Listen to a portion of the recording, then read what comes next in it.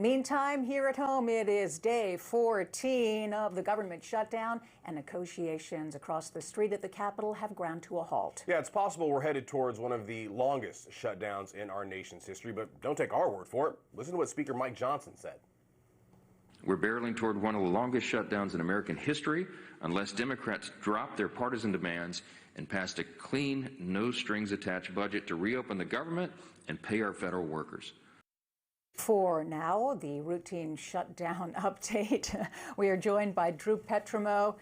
Drew, the House is basically not here. They're just hands off. The Senate's going to vote on this CR again very late this afternoon. We're really not expecting much. No, and actually, in the past, we've seen votes in the Senate come for both the Democratic counterproposal and the Republican proposal. Republicans now say we're no longer going to let the Democrats do that. We're only voting on our plan. But again, there hasn't been any movement since the last time we had a vote, so there's very little hope that anything would change. One of the things I think it's interesting to talk about here is we learned over the weekend and late last week that President Trump and the Pentagon was going to move around funds to try to pay the troops.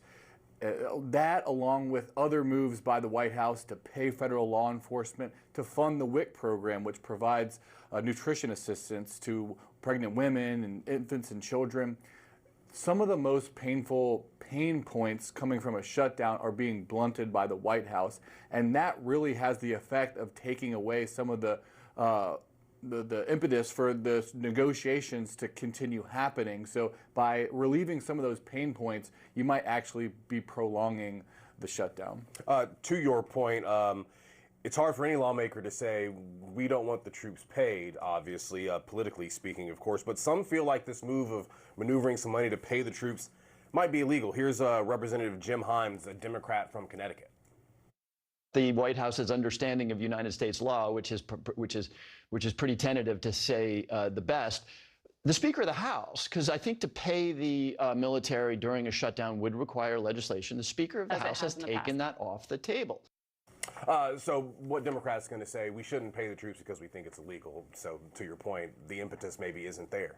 Well, sure, and it may be illegal, and that might be determined later on by the courts, but what we're talking about here and now is getting out of a government shutdown or staying in it, and the effect of paying the troops just relieves one of those pressure points. So it'll be interesting to see. Obviously, we're still talking about these Affordable Care Act subsidies. There's been some talk, not amongst the leadership of both parties, but rank and file members trying to put some feelers out. Where could a deal come? What could we do to possibly change the subsidies to appeal to some Republicans? There's been talk of putting a cap on income, saying people that make over $200,000 would not be eligible for the subsidies. There's also been talk of having a minimum payment that people would be due, because there's this argument that allowing no contribution plans to people can actually have an insurance plan that's completely subsidized by taxpayers, and Republicans have argued that that leads to fraud, where you can have people get signed up for plans and they don't even know that they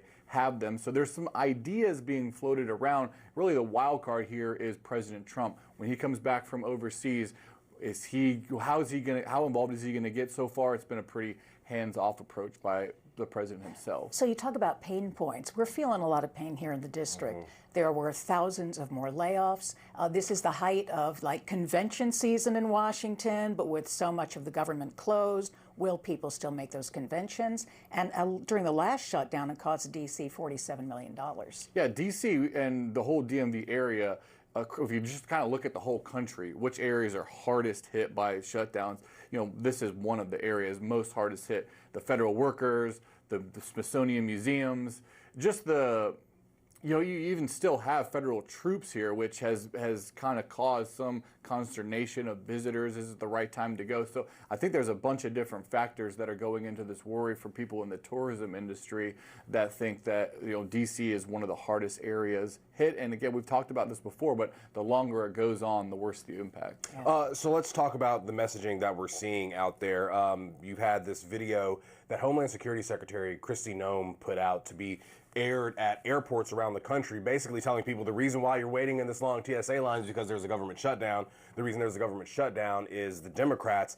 Some airports are now refusing to play that video. We got a statement from the Port of Seattle saying it's not going to play the video on screens at the Seattle airport part due to the political nature of the content. Some folks feeling this is a violation of the Hatch Act. We continue to urge bipartisan efforts to end the government shutdown. Also, you have the NFTA's longstanding policy, codified regulations pertaining to public service advertising, prohibiting partisan messaging in its facilities. I saw an interview with Hakeem Jeffries asking, him, why aren't you talking to Mike Johnson? And he said, because the president hasn't given permission to Mike Johnson to speak to me. So to your point about President Trump coming back, could we maybe see some movement here? He is the art of the deal, as he likes to tell us. Yeah, and I think that there is a recognition probably maybe from the White House, and you have some Republicans that are willing to, kind of cut a deal over these Affordable Care Act subsidies. But I thought it was interesting last Friday, Steve Scalise, the number 2 Republican in the House, he said 90% of House Republicans are against Obamacare in general, and these subsidies, they think they lead to waste, fraud, and abuse. So there's it would take somebody like President Trump, who has so much power within the Republican Party, to come out and urge a deal, because you're going to have a big chunk of the Republican Party in Congress that is very hesitant to extend these subsidies and make any deal that would be kind of supporting what they refer to as Obamacare. All righty, Drew Petrimo, thank you so much this morning. See you in a little while.